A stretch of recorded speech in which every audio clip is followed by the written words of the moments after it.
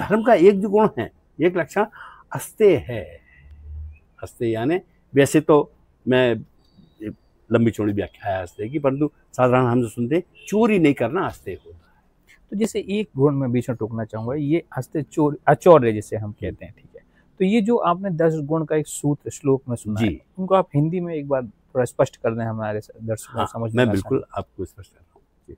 धृति यानी धैर्य, पहला गुण है। पहला गुण है धृति। धर्म का जो चक्र है उसका पहला गुण है धैर्य। धृति यानी धैर्य, धीरज, जिसको हम कहते हैं सब्र रखना। और सरलता से समझें तो अगर आप शिरडी नहीं गए हो तो फोटो सबने देखी साईं बाबा की मंदिर की, उसमें पीछे लिखा रहता है श्रद्धा और सबूरी।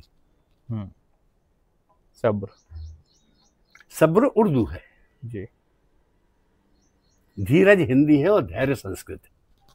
अच्छा, ठीक है। पेशेंस इंग्लिश में पेशेंस। तो पहला लक्षण है उसका धृति। दूसरा लक्षण है क्षमा।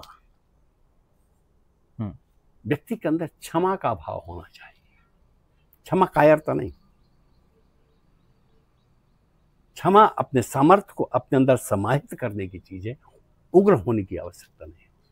अगर कोई आपसे क्षमा मांगने आया है और उसका मंतव्य क्षमा मांगना है, राम आखिर तक कहते रहे, अंगद को भेजा और कहा रावण की सभा में ऐसी बात करना अंगद कि उसका नुकसान ना हो और अपना काम हो जाए, सेना अभी भी वापस चली जाएगी। और अंगद इस बात को दावे से कहता है कि सीता को तुम अभी भी वापस कर दो और राम की शरण में चले जाओ, अभी भी तुम्हें क्षमा कर देंगे। और राम क्या क्या भेजते हैं, अंगद काज हमारू तासु हित होई, हमारा काम हो जाए और उसका नुकसान ना हो सके। रिपुसन करा ही बत कही सोई, दुश्मन से ऐसी बात करना, दुश्मन के प्रति ऐसा भाव भी रखना, इतना ऊंचा भाव कि हमारा काम हो जाए, सीता वापस दे दे, अपने झगड़े की जरूरत क्या है। जयंत को क्षमा किया पति के पैरों में चोट मारने के बाद। दूसरा गुण है क्षमा। तीसरा गुण है दम। दम यानी संयम। दम जो सठ विकार हैं, काम, क्रोध, माया, मद, लोभ और मत्सर, मत्सर यानी ईर्ष्या, अच्छा, इनके ऊपर संयम की लगाम लगाना है। जब राम ने कहा, नारद जी ने पूछा कि संतों के लक्षण क्या है, अरण्य कांड में आखिरी दोहे में आता है। तो सबसे पहली एक चौपाई की जो अर्धाली में पहला लक्षण जो राम ने बताया, नारद सठ विकार जित अनग अकामा, जो 6 विकारों के ऊपर विजय प्राप्त करे वो संत है।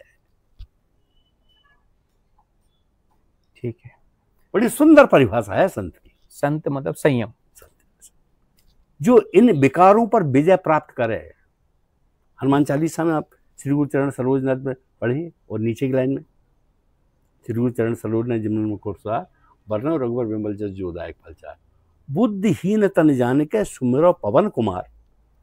हम क्या मांगते हैं हनुमान जी से, बल बुद्धि विद्या देव मोहि। मुझ में बल आए, सामर्थ्य आए, बुद्धि आए में, और विद्या आए। ये 3 चीज आएंगी तो क्या होगा, हरहूं कलेश विकार। ये 60 विकार हैं, इनके जाने से समाप्त होंगे, हनुमान जी के आने से नहीं होंगे। हनुमान जी से हम यही तो मांगते। और ये 3 जो क्या है, ये तीनों धर्म के लक्षण, कि हम धार्मिक हो जाएं बस प्रभु, आपकी कृपा। तो तीसरा है संयम, ठीक है। चौथा है अस्तेय, चोरी नहीं करना, अचौरे। तो ये अचौरे, ईमानदारी।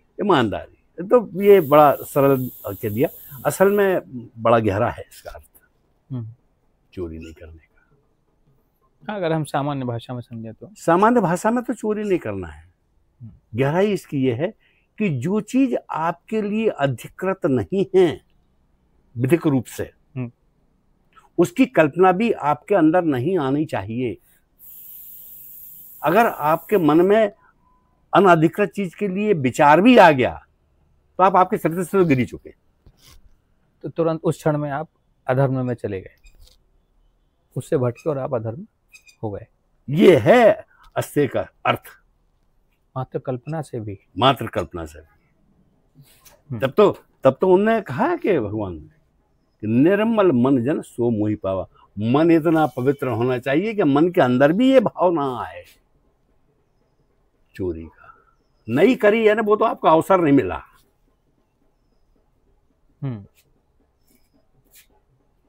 ऐसा तो पहला पहला धीरज, पहला धीरज, फिर क्षमा, फिर संयम, फिर अचौर्य, अब उसके बाद है धृति क्षमा दम अस्ते शौच, पवित्रता बाह्य और आंतरिक। पहले मन से पवित्रता, वैचारिक। कितनी चीजें हैं जो हम झूठ से, हम मोबाइल आया, हेलो संतोष सरवैया जी साहब कहाँ हैं, अब मुझे तो यहाँ बताना नहीं तो कुछ भी बता दूंगा, वो थोड़ी देख रहा है, मगर मैं मन में तो साफ नहीं हूँ। कितनी चीजें हैं मन में, हम जो मन में विचार करते रहते, कोई आ रहा है उसके पीछे हम क्या विचार बना लेते हैं, वो तो हम ही जानते हैं। तो आत्मिक रूप से मन से और विचारों से और शरीर से शुचिता से जुड़ा शब्द है शौच। शुचिता से शौच, ठीक है। अब आएगा इंद्रिय निग्रह। इंद्रियां 5 है,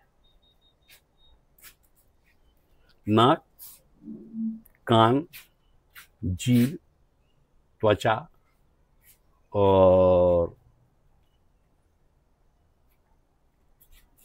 रूप रस गंध स्पर्श। हाँ, ये 5 इंद्रियां हैं। ये इनकी जो डिमांड है, अनुचित डिमांड को, अब 2 चीजें इसमें, एक शब्द है इंद्रिय निग्रह और कुछ लोग उसको इंद्रिय दमन कहते हैं। तो इंद्रिय दमन तो कोई शब्द है। अच्छा, निग्रह जो है संयम दम के उसके साथ चला गया, षड विकारों के साथ। ये हमारे रूप रस गंध, हाँ, रूप रस गंध स्पर्श और जो त्वचा से स्पर्श, तो ये 5 चीजें हैं। इनके ऊपर अपने विवेक की लगाम लगा कि ये चीज हमारे लिए, आंखें किस दिशा, हमें देखना क्या है वो देखना क्या चाहिए, हमारे कानों को सुनना क्या है वो सुनना क्या चाहते हैं। हम आलोचना सुनना नहीं चाहते, बुराई तो बहुत बड़ी बात है। आलोचना अलग होती, बुराई अलग होती। आपने देखो हिंदी साहित्य में आलोचक हुए बहुत, बाबू गुलाब राय जैसे, नंबर सिंह जी जैसे आलोचक, वो श्रेष्ठ आलोचक हुए। तो आलोचक होना अलग चीज है, बुराई करना अलग चीज है। तो हम अपनी आलोचना सुने, आलोचना होती है आपके अंदर सुधार करने के लिए, परंतु हम सिर्फ प्रशंसा सुनना चाहते हैं कानों से।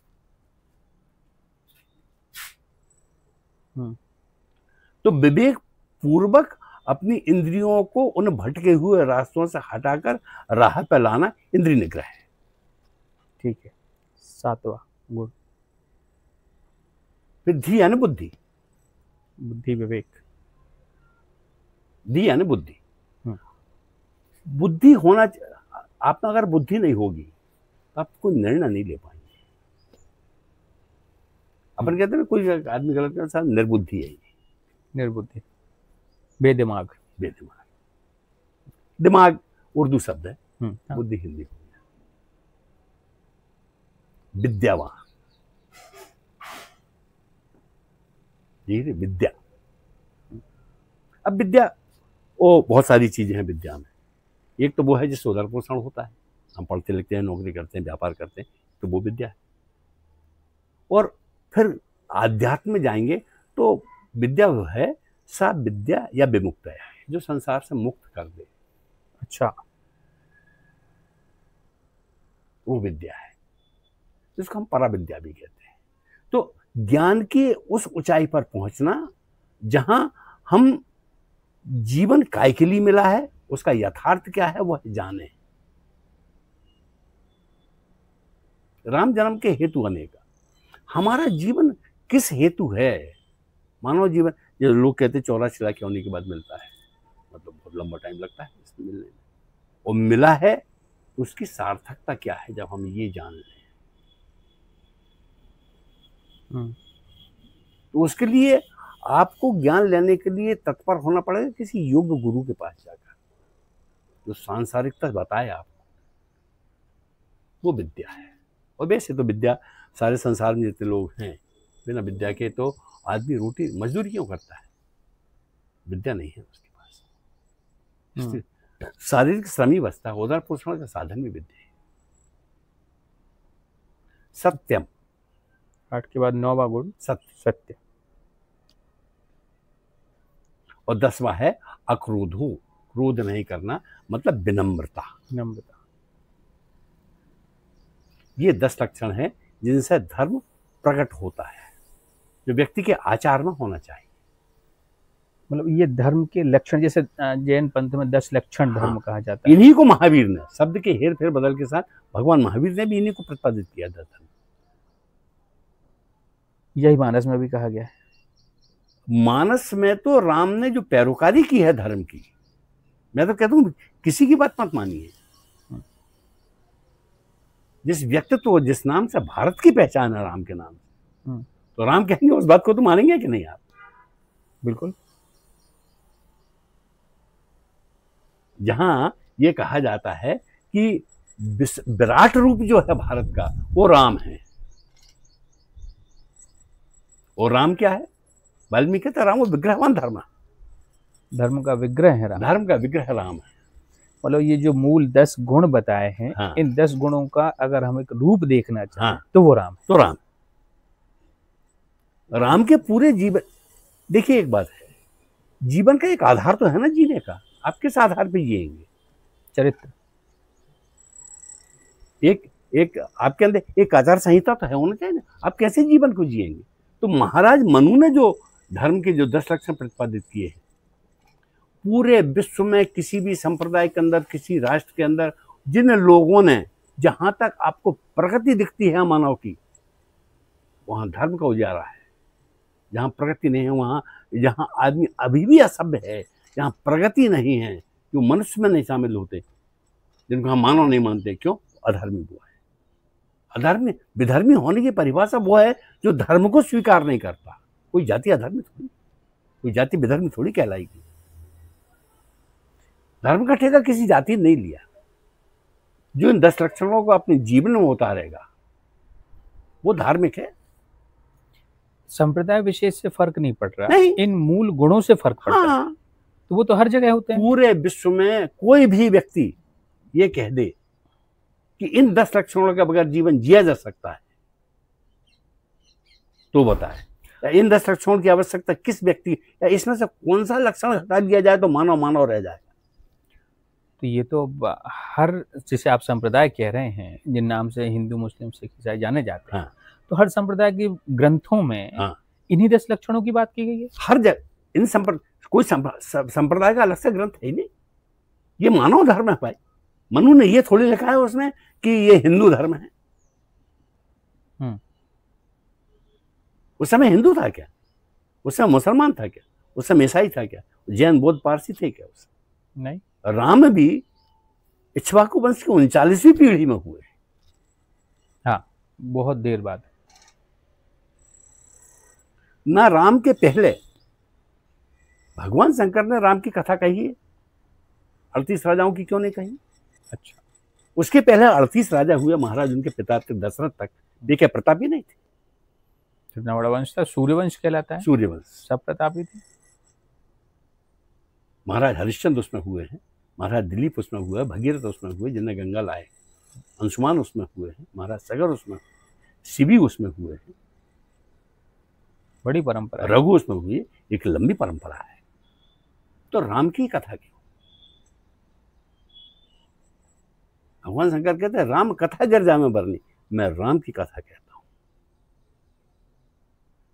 भगवान शंकर राम की कथा क्यों कहते हैं? क्यों? क्योंकि राम ने जो जीवन जिया है, जो एक सिलेबस है मानव का, किस आधार में जीवन जिए, वो सारे अंक राम के पास है। राम के बाद भी किसी के